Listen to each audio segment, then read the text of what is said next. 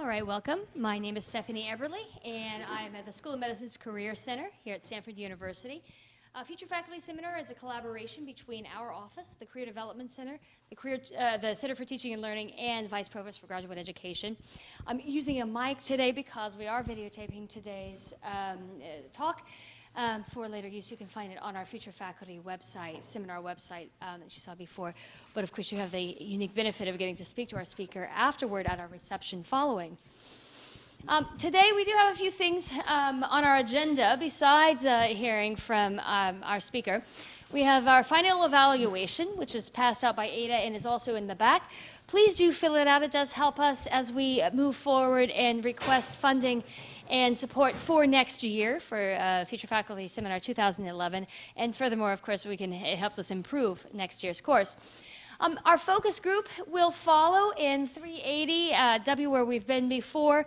That will be about 5 to 10 minutes after class. We want to give you a chance to talk to Dr. Ehrlich as well as get some food at our reception.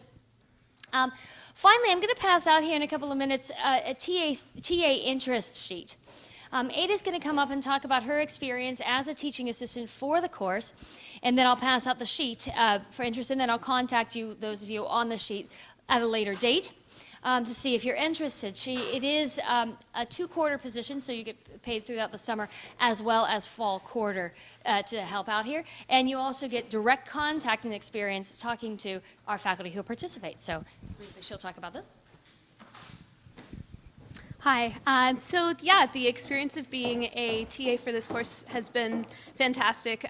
Just to give you an idea, basically in the summertime, the work is about 10 hours a week, and you start out by working with Stephanie to work on the curriculum and the topics that will be covered, and then you begin identifying speakers by looking through the alumni database and thinking about different faculty members who would be appropriate and discussing, the speakers, and then the next step would be inviting them and hoping that they are able to come. And then during the year, and there's also some work with the website. During the year, it's about 8 hours per week, and it's mainly administrative things like adding students to coursework and adding auditors to our list, and as you've seen during class, doing odds and ends, passing out the paperwork, and also moderating some of the panels, introducing speakers. It's been a really great opportunity to get to know faculty from across Stanford and other universities, and in general, just a really fantastic experience working with Stephanie. So I hope that some of you may be interested in being a TA next year. Thanks.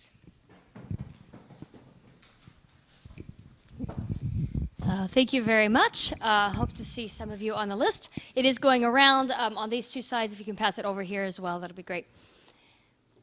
Today, I'm excited to introduce our last session for Future Faculty Seminar 2010, Beyond Research and Teaching, Academic, Corporate, and Political Leadership Opportunities, with Tom Ehrlich, visiting professor here at Stanford University. The impetus for this class, for this session in particular, is that I get a lot of people in my office as a career counselor who come in and say, I just feel like I'm isolated with academia, that it's all about teaching, or it's all about research, and I can't do anything else. And it's quite actually the opposite in academia. You have a lot of opportunities open to you in a myriad of fields and areas just by being affiliated with the university. And Tom is going to talk about that today. And again, afterwards, you'll have an opportunity to talk to him at our reception, which is outside to the side. Thank you very much. Tom. Here we go. Is there life after? Yes. Yes, there is. There's life after the farm.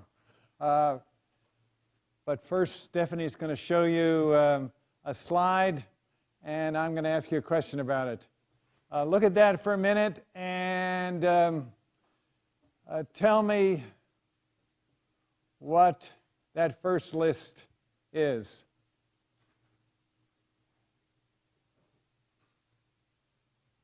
Who's brave enough to guess?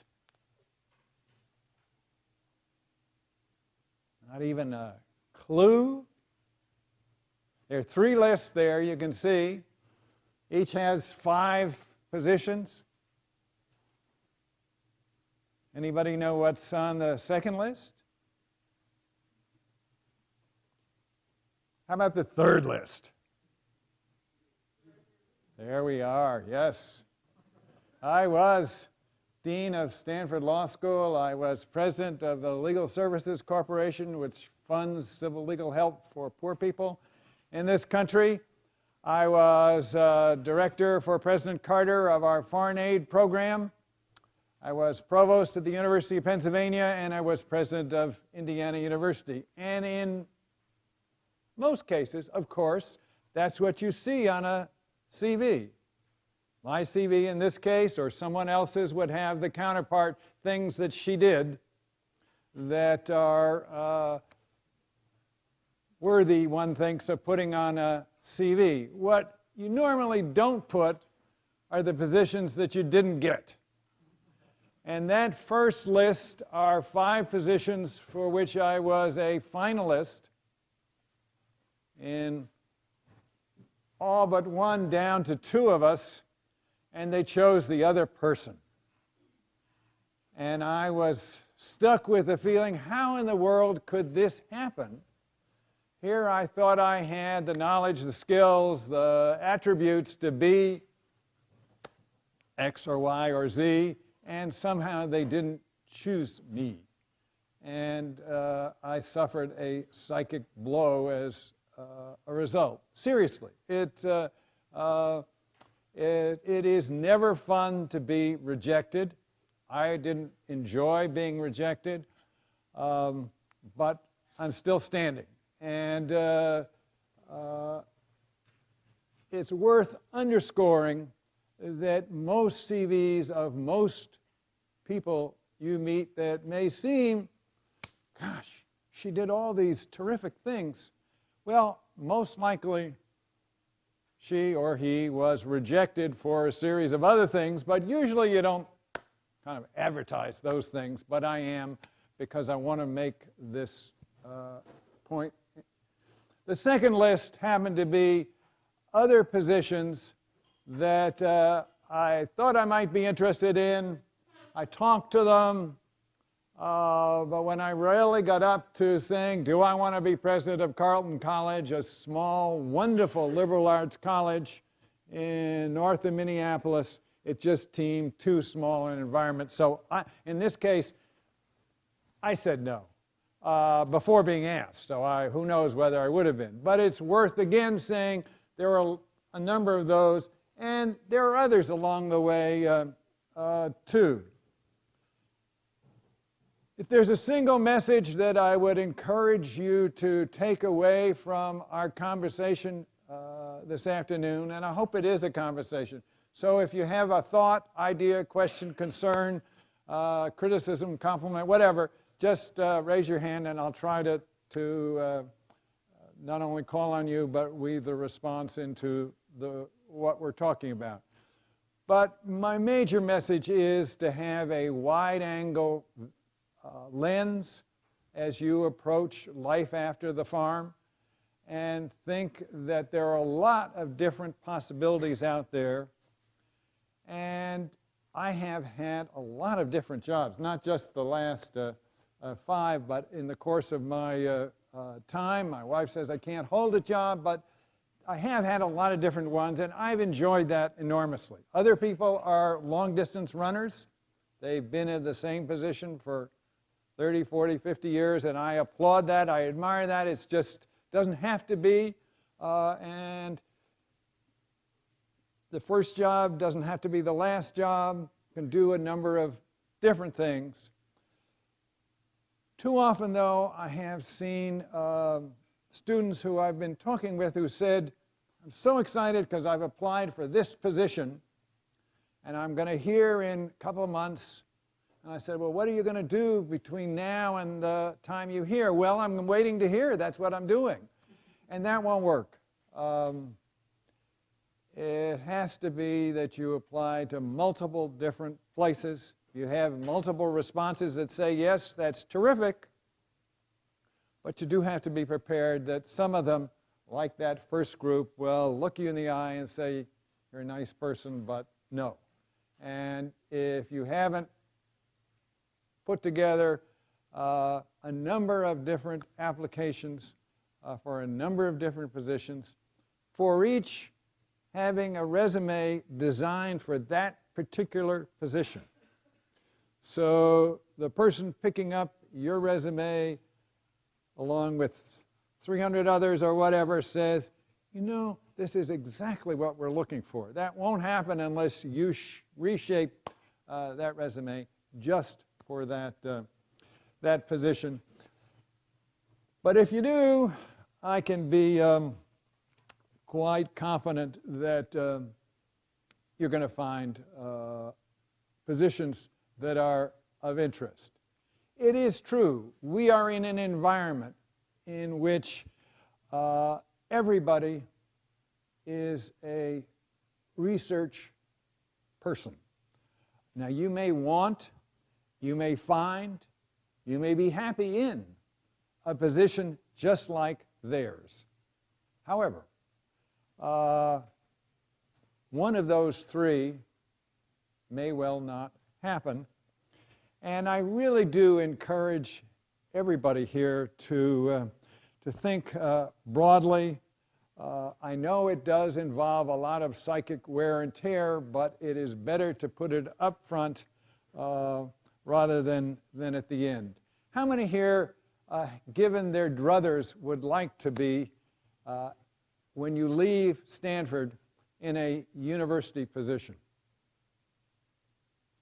That looks like most, but not all. How many in a research or teaching position? Well, now we're down to maybe a quarter. How about in a nonprofit organization?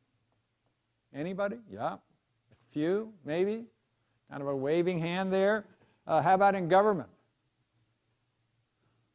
Well, it's good. Well, part of my task is, not task, part of what I hope to do is to say, bless you, don't reject government, don't reject the nonprofit world. You might well find an enormous amount of interest, challenge, opportunity, and a chance to do something really useful. Stephanie suggested there might be some law students in the audience. Is that true? Any? No. At least not brave. Not brave. There's one. Not brave enough, I was going to say, to say so. Did I miss something that somebody is planning to do that I didn't include? How about corporate world? Anyone? Yes. Couple. Oh, several there. Okay. Well, let me talk about the options. I'll end up where a dominant share, if you want to go, think you want to go at least, which is in some kind of research academic setting. But I really want to say also, don't close off these other ones. At least say, were I in one of them, what might it be like? Because some of them are very similar to an academic environment, although they don't have some of the bad parts of the academy. And it's worth thinking about. Let's start with government, local, state, federal. I did spend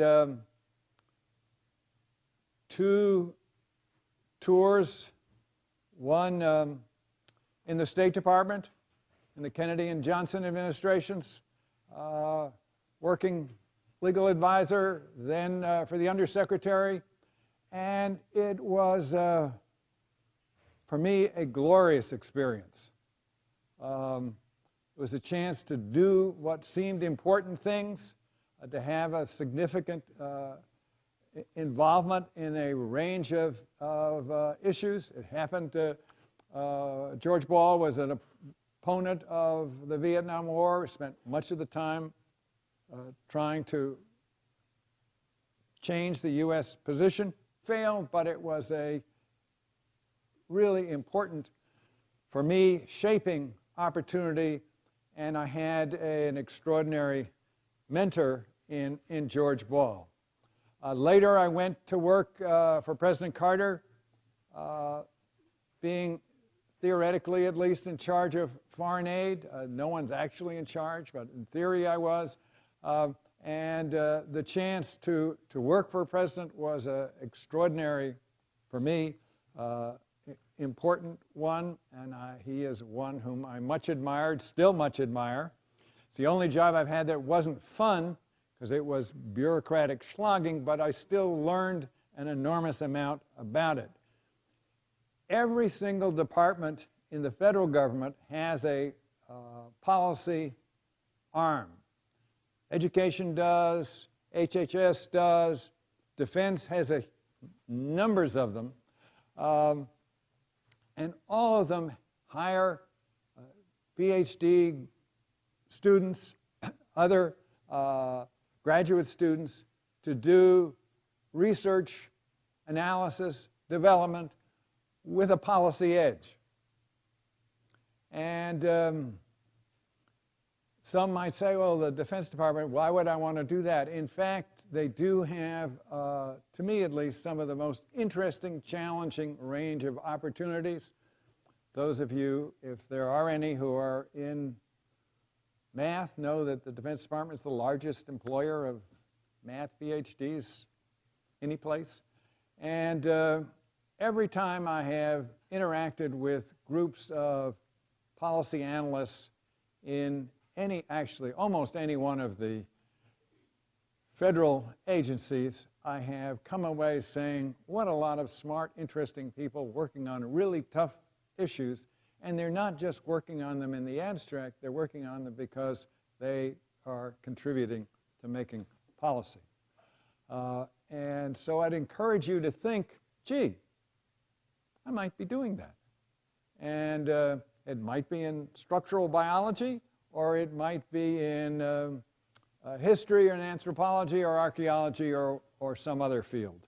But it could be a chance to gain a wonderful grip on at least some pieces of policy and policy making. One advantage is that many of the jobs turn over at a relatively rapid clip, so you can gain some insight and then shift gears. This is true not only in the federal administration, bureaucracy, but it's also true in Congress. Every congressperson has policy analysts on their staffs, and every committee does too. And again, I have been struck over the years when I have been grazing the halls of Congress, as I have done, at how many smart, capable, really wise analysts of policy issues there were. And it's a wonderful way to get a set of insights into how our democracy works, and whether you choose to do it as a vocation for life or just temporarily and an avocation thereafter as a educated citizen. It's, I think, eye-opening set of places to work. Congress on the one hand, and federal agencies on the other. And third, of course, in the federal level, there are a whole series of research-intensive agencies. The most well-known, NIH and MIH, are there, but every department has them too.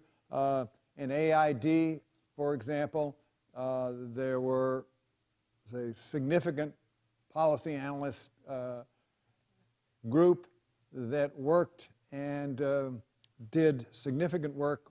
All of them had graduate degrees. All of them were applying what they learned in graduate school to policy issues. And in many cases, at least, I thought making very significant differences. The same is true, different set of issues, different level, but in state government and in local government. I know least about local governments, and obviously they're varied and change, but certainly in California, here, where we're any place else on the globe, we would be a country. There are policy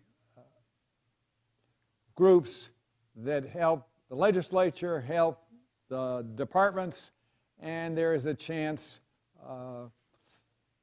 especially when administrations change, as it is doing, and as is happening between Schwarzenegger and Brown right now, but it happens more generally, and there are terrific opportunities to do good work, and there are people at Stanford wired in not only on the federal level, but on the state level in a lot of those situations. The same is true for the nonprofit world. I only saw a couple of hands, but in the education field, there are organizations like WestEd that is right down the street here, that is a large think tank devoted to educational research, funded research. Somebody's paying for it in some way, often the government or some large foundation, but they operate like a research entity, studying problems, then preparing analysis or policy options. I worked in the Legal Services Corporation, which, as I said, funds civil legal help for poor people. And we hired not just 6,000 lawyers and about that many paralegals around the country, but groups of researchers to analyze particular issues and I found at least the chance to participate in helping poor people have access to justice in this country, an enormously rewarding option for me. It exposed me to a range of issues that I knew too little about, and I came to gain a sense of, by visiting every country, every state in the country, that was transforming to me as well. It, like the Carnegie Corporation, where I was most recently before I started teaching at the Stanford School of Education, hire recent graduates who can do policy analysis, policy research as well. And there are dozens of others. The ones I know about particularly are in education, but they're in every field of science, social sciences, and even in the humanities, though less so there. The corporate world, where a few of you raised a hand, a little tentatively, but I would encourage you to think of it. Some are high-tech. We're in Silicon Valley, of course, where we're surrounded by it, but a lot of corporations hire all sorts of talent to help them figure out issues that they're facing in the for-profit world. Some are very high-tech, some more traditional, but there are a wide range of them. And then there is higher education. And I would start by stressing there are a wide array of positions in higher education that aren't faculty positions and that aren't research positions. They're administrative positions. You are running some piece of, or helping to run some piece of, a university. And this university has thousands and thousands of people who are in those categories. The ones you think most about, because you all were at one point undergraduates and then graduates, are those in admissions and career counseling, like Stephanie, and development, fundraising. But there are myriads of other ones. For some, you can be an adjunct faculty person and teach courses while you're doing that. Some you are a full-time administrator, but I have seen and had the privilege of interacting with hundreds, maybe thousands of women and men who have a career in some aspect of higher education, and but not a faculty one and not a research track, and find them rewarding, challenging, and important, making a difference in the lives of others. But assuming you want to be a faculty person, how do you maximize the chance of success? Unfortunately, as you know, the economics of higher education are not great right now. Nothing I've seen suggests they're going to get better anytime very quickly. They will get better, but not, I don't think, quickly. Will older faculty, I'm one of them, but I came back, so I'm a visitor. But will older tenured faculty retire to open up positions on tenure track for others, or will diminished pensions lead to longer stays, longer terms? Not clear, I don't think yet from the data I've seen. But what is clear is that the so-called contingent faculty, which is a euphemism, the adjunct faculty, that share of the total is steadily getting larger and larger and larger. It was about 2/3 in 2006. It must be over 70% across higher education generally now, obviously less in some places, including Stanford. My guess is that there will be more multi-year contracts increasing over time, but the share, yes. Well, sure. If you are a tenure track faculty person, you are hired, and the faculty handbook, if not the letter of appointment that you receive, says that you will be an assistant professor, or in a few places associate professor without tenure, for X years, usually 6. And in the 7th year, you will be reviewed for tenure. And if you don't receive tenure, your contract is terminated at the end of that year. So you essentially have 7 years. Some places may say you have the end of the 3rd year, or during the 3rd year, you can have a time off to have a kind of mini sabbatical to work. In some cases, you can have leave, maternity leave, or parental, or the counterpart for males. That's the tenured faculty. And that at one time, that was most faculty in most institutions.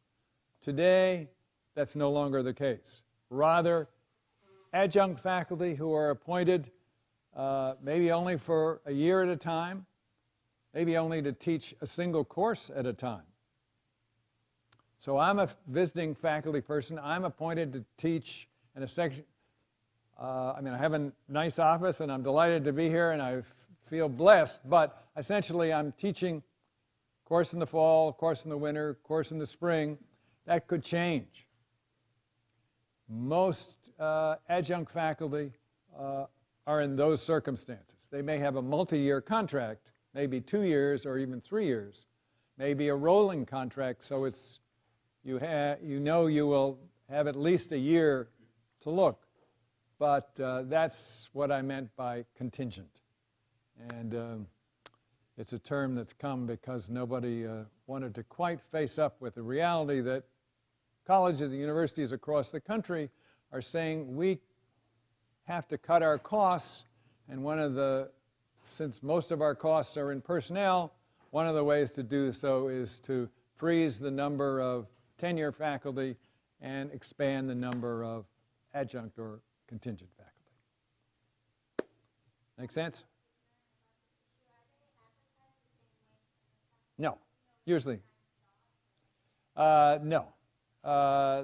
Normally not, although they may well be advertised, but whatever advertisement you'd see should make clear that it's a tenure track position or it isn't. And I would be, but my strong advice is to be sure you know what it is you're applying for. For adjunct faculty jobs, every single one of the 4,000 colleges and universities. So right here, all the community colleges, the California state colleges, and the University of California system have large number of adjuncts. Some of them, incidentally, teach at 2 or 3 different campuses. So they may be commuting from Cal State San Jose to Cal State San Francisco to Cal State Haywood, all in the same day or two. But there will be on the employment bulletin board of each one of those campuses notification. In a few cases, they are clustered together, but in my experience, systems like Indiana University, where I used to be, don't do a good job of collecting job possibilities in one place, unfortunately. I wish they did. I do think that there are enormous rewards for teaching in community colleges and in 4-year, what are called comprehensive institutions like the Cal State system. 80% of American higher education is public. About 80% is also commuting. Although if you went around to our faculty here at Stanford and asked what are the percentages, I almost guarantee you get the wrong answers. Because they think that most were just like they were. But in fact, most students, the overwhelming share of American higher education students are commuting.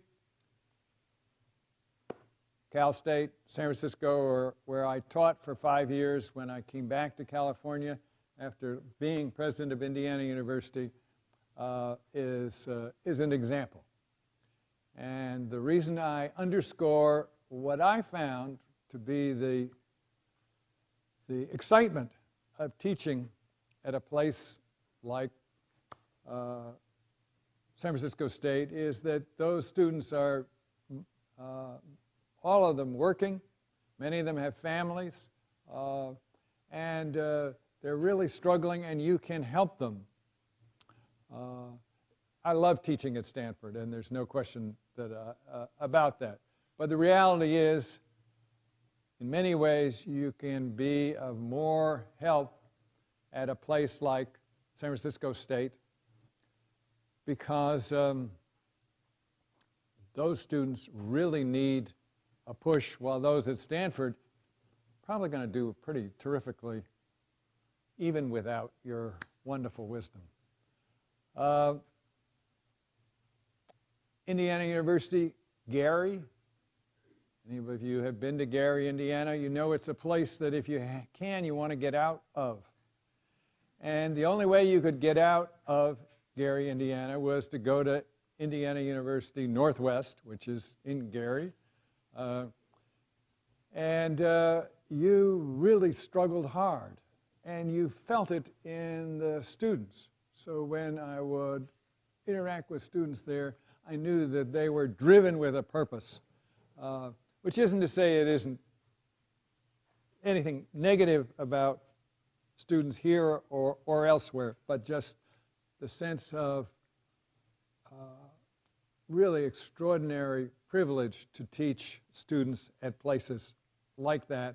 And it is a reason that I would encourage you to think of places and not look down at them because they're not Stanford. It's hard when all of your faculty went to places like Stanford, not all, but almost all. It becomes very hard to realize that there's another world out there that is full of challenges and important things to do, but it's true.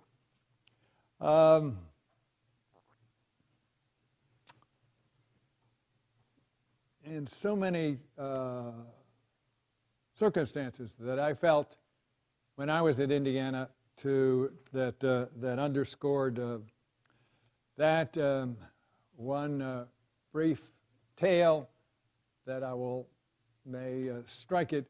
I was at Indiana University, Fort Wayne, and while there, we had a award ceremony, and I gave an award to a woman in her 40s who had done extraordinarily well in creative writing.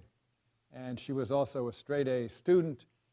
And I congratulated her and applauded her. And about a week later, I got a call from her teacher who said, I'm beside myself because Molly was the name of the woman in her 40s. Probably doesn't seem so young, does to me. Anyway, Molly has dropped out of school. And I said, how could that be? And he said, well, you had such a good talk with her about what she was doing and how much you love fiction, and she writes, maybe you wouldn't mind calling her, because I can't seem to figure out what's happened. And I called her. I said, sure. And I called her, and I said, Molly, you're a star. You are going to be able to do whatever you want to do, but you have to finish this degree, and you've just dropped out. What's happened? And she said, well, you know I'm married, because I told you that. My husband hasn't gone to college, and I feel I'm drifting apart from him because I'm getting this education, and he isn't. My marriage is more important, so I'm going to drop out of school so I can be closer, stay close to him, because that's the important thing in my life. Well, I wouldn't be telling the story if there weren't a happy ending, and there is.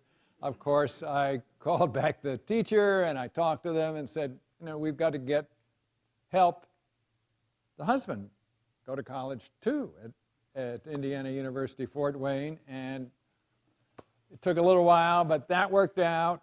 He started, she went back. They both graduated. And insofar as I knew when I left, they were living not only together, but happily. And, but that's the kind of thing you would never find here at Stanford. It just wouldn't happen. Which isn't to say that it should happen here, but it's just another set of, or one of the zillions of human tales that one can feel at a place like Indiana University, Fort Wayne. Well, given the tough realities of trying to find a teaching job, what can you do to help. Certainly one thing which I hope came through from that story is pay attention to changes in student bodies. The notion that most are coming straight out of high school into undergraduate education is just no longer true. There is what I call a new majority, which are older part-time working. Not here, but in places like Cal State, San Francisco, there's a bimodal population, older students, 28 to the 40s, and then another group who are right out of high school. But it's important to see that while by 2018 there will be a 12% increase in the number of undergraduates,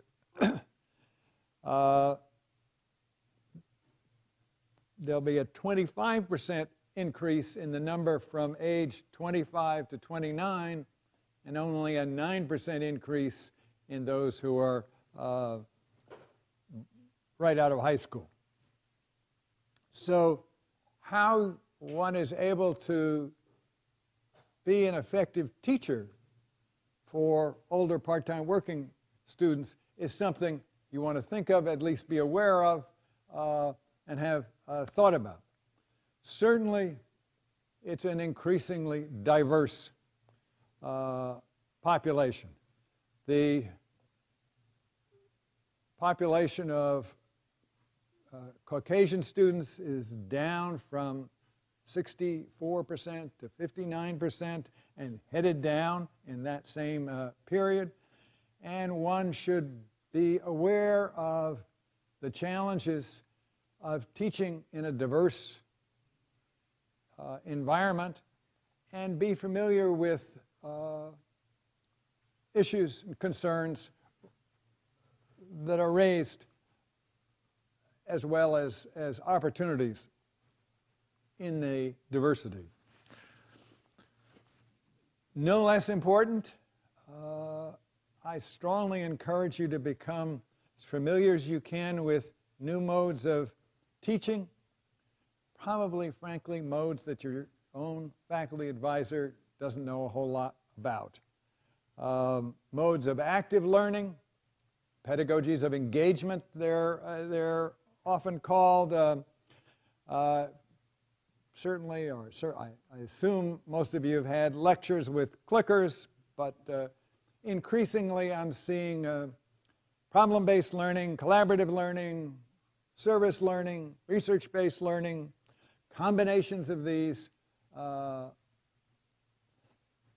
called for, and faculty expecting that those who are applying for positions know a range of different pedagogies beyond lecture on the one hand and seminar on the other. Know something about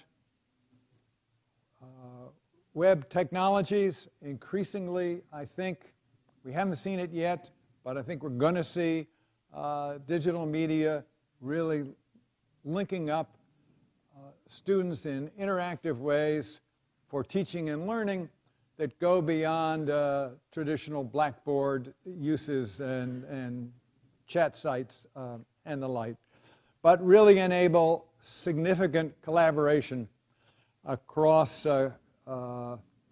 student bodies, across classes, and even across campuses. These days, it's impossible to find a student who isn't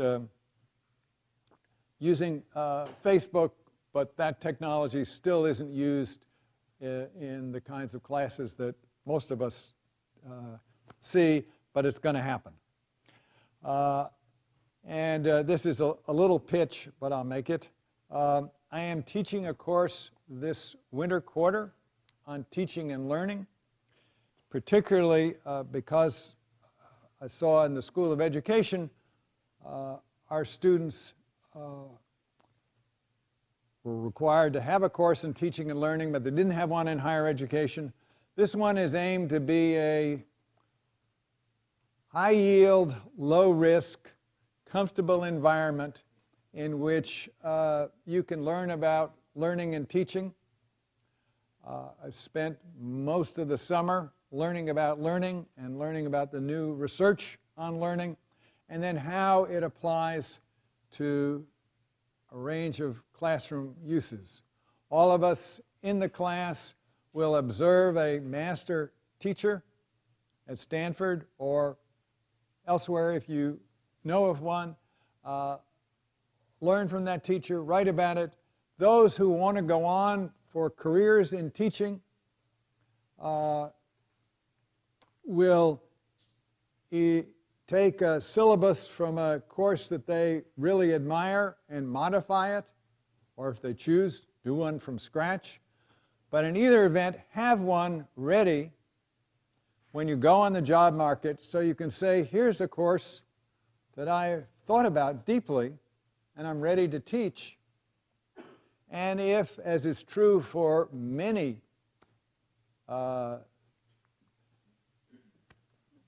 jobs now, you actually have to teach. It's not just giving a job talk on your dissertation or research. You have to teach a class of some kind. You'll be able to do that because you will, in a low-risk, high-yield, comfortable, friendly, loving environment, do that with the class. We'll read about a variety of pedagogies, talk about them, and I hope at least come away with some wisdom about teaching and learning that will be useful. If you don't want to be a faculty person, I hope it's still useful as long as you, because wherever you are, you're going to be a teacher of some kind. Even if you only have a few people working with you, you're teaching them, you're a role model to them, you can help them, and this ideally at least should be a way to do that and do it effectively, I hope. It's called Education 297X. The Center for Teaching and Learning is also sponsoring. The title is Teaching and Learning in Higher Education. I put some copies of the syllabus in either side of here as you leave, and if you're interested, I'll be delighted. And of course, if you want to talk about it after this session, I'd be glad to do that too. Let me close with a few words about being a college or university administrator. Since for much of my life, that's what I've done, and I'm talking about being a department chair, a dean, a provost, a president. One of the striking things about that line of work is that there is, bless you, no organized training program. A couple of places have executive education for those who were chosen as deans or provosts or presidents, so you can go for a few days and learn something about budgets and something about assessment and something about all the other things that theoretically you're supposed to know about. But there are programs in higher education administration. We have one here at Stanford, but there really aren't good training programs.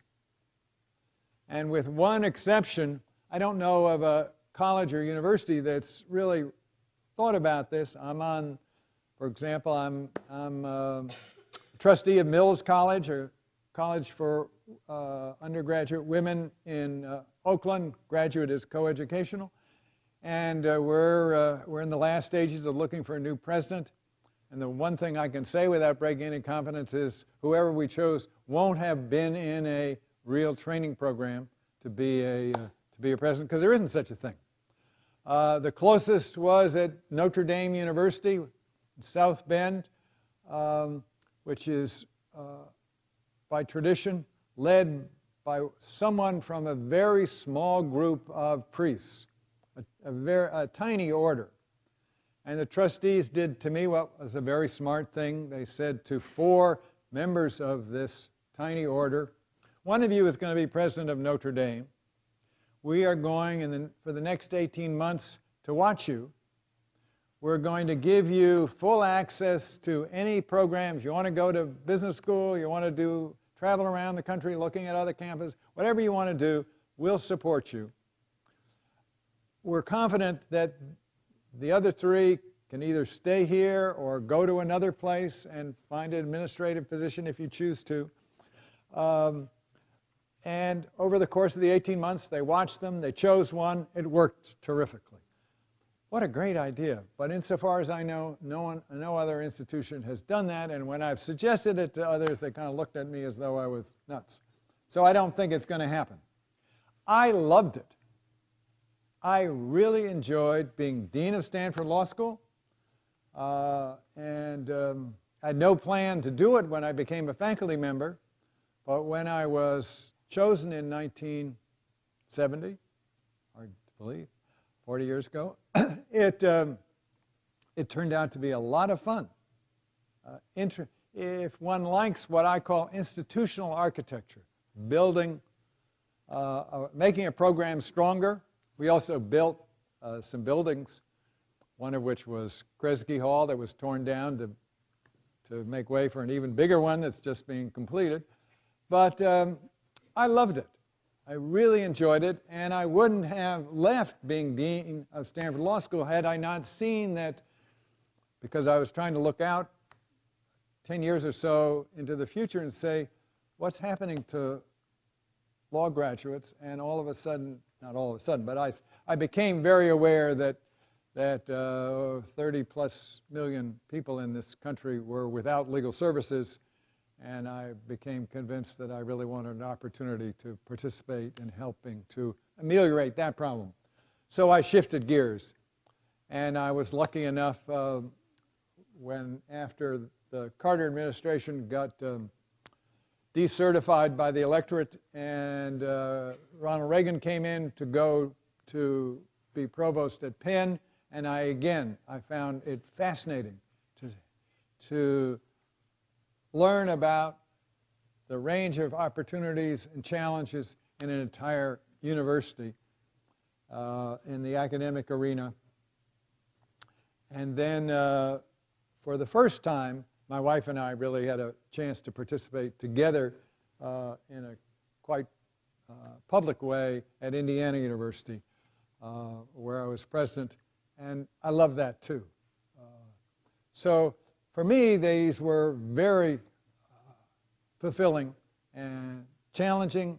I can't say I loved every minute of every day, but I liked them, and I learned from them, and I came away feeling blessed by those opportunities. So chances are you're not going to get to do that unless you become a faculty person, go through that, decide you want to do that. If you decide you want to do it, then if you are intentional about choosing ways to expose yourself to the range of challenges, you'll find them. Because overwhelmingly, those who are in faculty positions don't want to do this. They say, I don't want to be an administrator, I don't like it. The very things I like are doing my own work my own way. So if you wanted to do that, chances are much better than normal you'd be able to. Yes?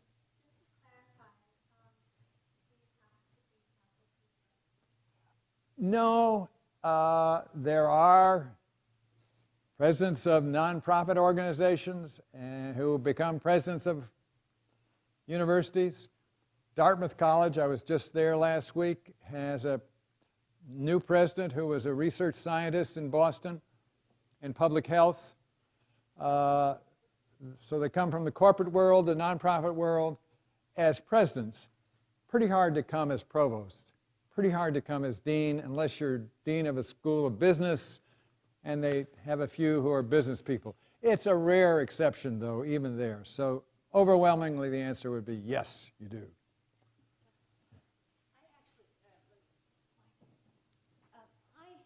actually wonder if we could spend some time talking about that a little further, this last point, because it occurs to me that you don't necessarily need training for a dean or presidency, but you were able to leverage your faculty experience into it, and a lot of people actually do. Same with corporate collaborations. So if we look at Mehran Sehami, who we talked to earlier in the year, who works with Google and is also faculty. Of course, Condoleezza Rice, we all know, is able to leverage her research expertise into a job in politics, left for a while, came back.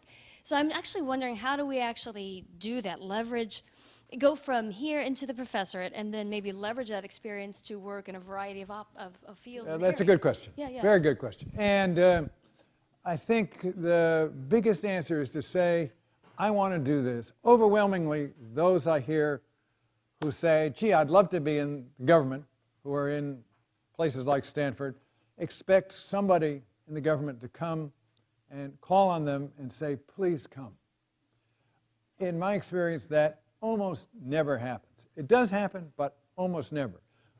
If you want this to happen, you have to work to make it happen. So when I decided that it was important for me, for my sense of who I am, to go in to be involved with legal services for the poor, I figured out who was on the board of this brand new thing called the Legal Services Corporation, which is like the Public Broadcasting Corporation, a public corporation. Then I told one of the members, whom I happened to know, that I was interested in this. So I lobbied for the job, and fortunately I got it. Now, I didn't get some other things, but I got that. And in my experience, if you want this to happen, being dean of Stanford Law School is a good place to go to do this. So I had a big advantage, but I certainly had to work at it. And the same was true for all the other ones. And in my experience, for other people too. If you want something and you think it's important, there's nothing wrong, in my view, everything right with trying to figure out who do you know that could help you. We are still in a society overwhelmingly where people help people. So that's how it happened. I mean, Condoleezza Rice didn't just happen to be Secretary of State. She signed on to be the foreign policy advisor, and she only signed on to do that because her prior contacts, her prior connections, and those worked out. I'm on the other side of the aisle from her, but the same thing happened to me. And overwhelmingly, I think that is the good thing about, or one of the many good things about being a faculty person is it does offer a lot of potential to do that, but only if you seek it out. Okay, what's on your mind now? Yes. If you wouldn't mind telling me what your field is and your name. Uh-huh.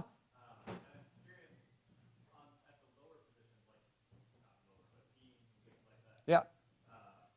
You have to, how do you work into those positions? Obviously, once you're dean, then you do that for 4 or 5 years, and then you can actually Well, if you want to be a dean of engineering, and you are a faculty person, if you say, in order to be an effective dean, I really need to know something about curriculum. So I'm going to be on the curriculum committee. I need to know something about hiring, so I'm going to be on the admissions committee, not all simultaneously. And then you say, we don't have a finance committee, but I really ought to know something about budgets. But if you were to say to the dean, I'd really like to learn something about the budgets, after she got up off the floor, being so stunned that anybody would actually say such a thing, I'm sure she or he would say, sure, I'd be delighted and help you. And over the course of a few years, you could, and I'm being a little more intentional than you would need. There are targets of opportunity, presumably, come along the way, too. But you could try to put yourself in a position where you would actually know something about the things that a dean has to do, and that will automatically put you at least 10 rungs ahead of anybody else. And it's a good question, because once, in engineering, most schools at least, there are departments, so I would assume you would first be a department chair. But again, you said, gee, no, I could do that. I'd like to do that. That would separate you from most of those in the department. And chances are you'd be able to. Other thoughts? How can I help you do what you want to do? Go where you want to go. Yes? Does the meaning of tenure change as one transitions up the rank? Definitely. There's no, I don't know of any department chair, dean, provost, president who has tenure in the job. In general, you have a term of years. Some cases, there's no term, but you can be fired at will. Presidents at the Cal State system, for example, president of Cal State San Francisco has been there 25 years. He doesn't have a contract that says he's going to be president next year, but I'm sure that unless he decides he's had enough, that he will be. So it's a term of years, and it's for a new president of Mills, we'll be negotiating a contract. It'll presumably be for a term. It says something about what happens, whether you get some time off and so forth. But it's a contractual arrangement. Most of these, certainly if you're a faculty person in the school, as I was in the law school, you keep your faculty position. In most cases, most schools don't want to hire somebody as a dean who isn't qualified to be a tenured member of the faculty, on the theory that it would be hard to lead a faculty if they don't think you're good enough to be one of them. It has happened. And at Mills, we have a dean of the School of Business who is not a tenured member of the faculty. But that's fairly unusual. Is that right? Other thoughts on your mind? How I can help you? Yes. You are?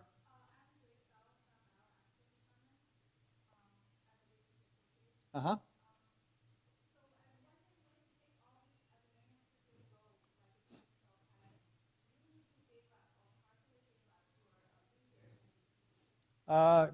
Good question.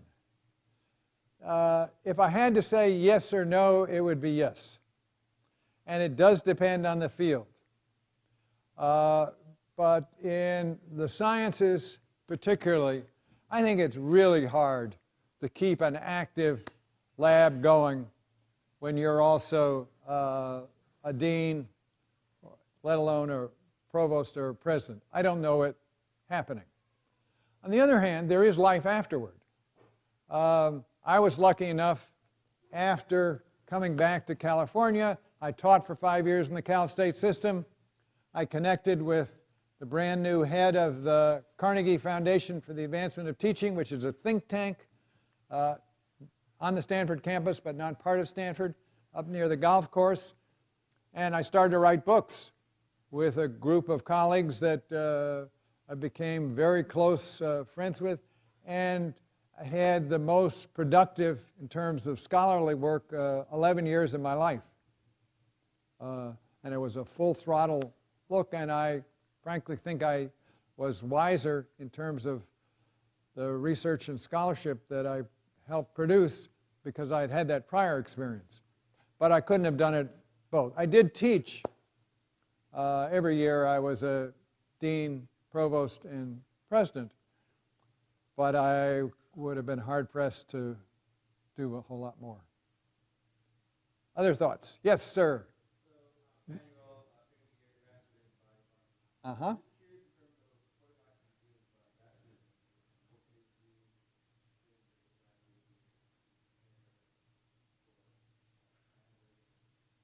Well, and part of the reason I think you may have not heard the first part, which was I didn't get those jobs. So that's important.